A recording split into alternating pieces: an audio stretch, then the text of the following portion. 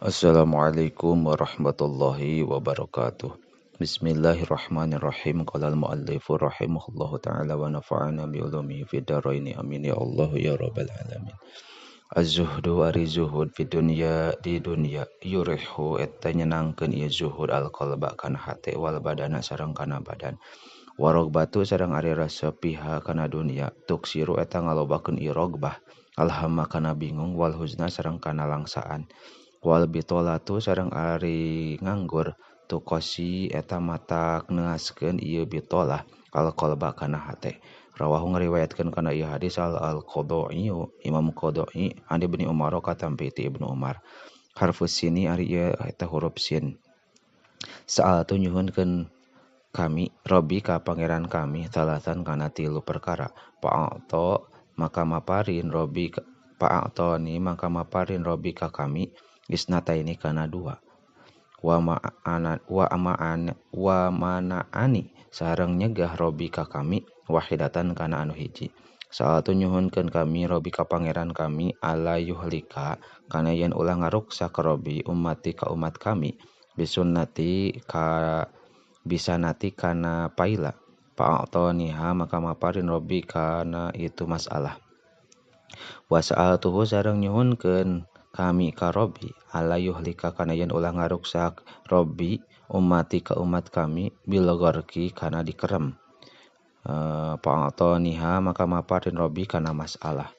Wa sa'altuhu sareng nyuhunkeun kami ka Robi ala yaj'ala kana yen ulah ngajadikeun Robi ba'sahum kana kapayahan umat bainahum di antara umat kami pamana aniha maka nahan atawa ngalarang Robi ka kami kana itu masalah. Rawahu ngariwayatkeun kana ieu hadis al-Bukhari Imam Bukhari wa Muslimun sareng Imam Muslim an Sa'id bin Abi Waqqas katampi ti Sa'id bin Abi Waqqas.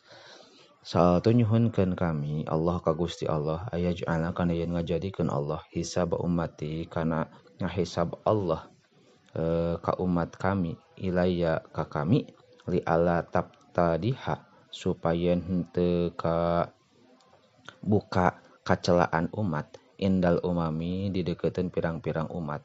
Pauha maka maparin wahyu sallallahu Gusti Allah azza maha mulia Allah wa jalla sareng maha agung Allah ilayya ka kami ya Muhammadu hai Muhammad bal ana balik taari kami uhasibuhum eta ngahisab kami ka itu umat paingkana mangka lamun bukti minhum eta tetep ti itu umat naon zilatun kasalahan satartuha maka nutupan kami ka itu zilah angka ti anjeun li alla tabtadiha supaya ulah kabuka kacelaan umat indaka di payunan anjeun.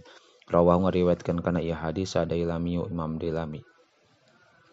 Sibabul muslimi ari nyarekanana ka jalma Islam pusukun eta pasek. Wa qitaluhu sareng ari mayahanana jalma muslim kufrun eta kufur. Rawahu ngariwayatkeun kana ieu hadis Syaikhaini Bukhari Muslim an Ibnu Mas'udin katampi ti Ibnu Mas'ud. Sari'u kudu gagancangan aranjeun fi talabil ilmi dina neangan ilmu. Fal hadisu mangka ari cariosan min dikin ti jalma anu jujur khairun eta leuwih alus mina dunya tinimang dunya wa ma sareng perkara alaiha nu eta tetep di dunya min dahabin nyatana emas wa fiddatin sareng perak. Rawahu ngariwayatkeun kana ieu hadis Rafi'u Imam Rafi'i. Sab'atun ari 7 jalma yuzilluhum eta bakal ngiuhan ka ieu sab'ah sallallahu Gusti Allah fi dzillihi dina iuh-iuhna Allah yaumala dzilla dina poe henteu aya iuh-iuh illa dzilluhu angin iuh-iuhna Allah. Imamun adilun kahiji imam anu adil wasyabun sareng kadua budak ngora nasya'a anu bijil ieu syab fi ibadatillahi dina ibadah ka Gusti Allah. Warajulun sareng katiluna lalaki qalbuhu anu hatena ieu rajul teh muallakun eta anu ngait bil masjid ka masjid. Idza kharaja di mana-mana keluar ieu rajul minhu ti ieu masjid hatta ya'uda sehingga balik deui ieu rajul. Warajulani sareng dua lalaki tahab anu silih mika cinta ieu rajulani fillahi karena Allah. Wajtama'a sareng kumpul ieu rajulani alaihi karena Allah. Waftaraqo sareng pisah ieu rajulani alaihi karena Allah. Warajulun sareng kalimana lalaki zakaro anu eling ieu rajul Allah ka Gusti Allah. fi khilwatin dina waktu nyepen papadot tuluy ngucut naon ainahu dua panonna ieu rajul wa rajulun sareng kagenepna lalaki da'athu anu ngajak ka ieu rajul saha imro'atun hiji awewe zatu mansibin anu ngabogaan pangkat wa jamalin sareng kageulisan ila nafsiha kana ngajienahanana ieu mar'ah faqala mangka ngucap ieu si rajul ini sayaktosna abdi akhafu eta mikasieun abdi Allah ka Gusti Allah Rabbal alamin anu mangeranan sadaya alam wa rajulun sareng lalaki tasodaqo anu sodaqoh ieu rajul bisodaqotin kalawan hiji sodaqoh fa akhfaha tuluy nyamarkeun ieu rajul kana sodaqoh hatta la ta'lama sehingga teu nyahoeun naon shimaluhu leungeun kencana ieu rajul makana perkara tungfiku anu napakohkeun atawa ngainfaqkeun naon yaminuhu leungeun katuhuna ieu si rajul. Rawahu ngariwayatkeun kana ieu hadis Syaikhaini Bukhari Muslim. Situ khisalin ari genep pirang-pirang perkara minal khairi eta tetep tina kaalusan. Jihadu a'da illahi kahiji merangan kana musuh-musuhna Allah bisaifi kalawan pedang. Wasomu sareng kadua puasa fi yaumi syaifi dina poe musim halodo. Wa husnu sabiri sareng katiluna alusna sabar indal musibati dina nalika meunang musibah. Wa tarkul miroi sareng kaopatna ninggalkeun papaduan. Wa anta bari ari anjeun teh muhikun eta anu bener. Wa takbirus sholati sareng kalimana isuk-isuk atawa buru-buru migawe salat. Fi yaumil ghaimi dina poean mendung wa husnul wudu'i sareng kagenepna ngaluskeun wudu fi ayyami syita'i dina pirang-pirang poe musim ngijih rawahu ngariwayatkeun kana ieu hadis al Baihaqi Imam Baihaqi an ibni Malik al Asy'ari katampi ti Ibnu Malik al Asy'ari sitatu asya'a ari genep pirang-pirang perkara tuhbitu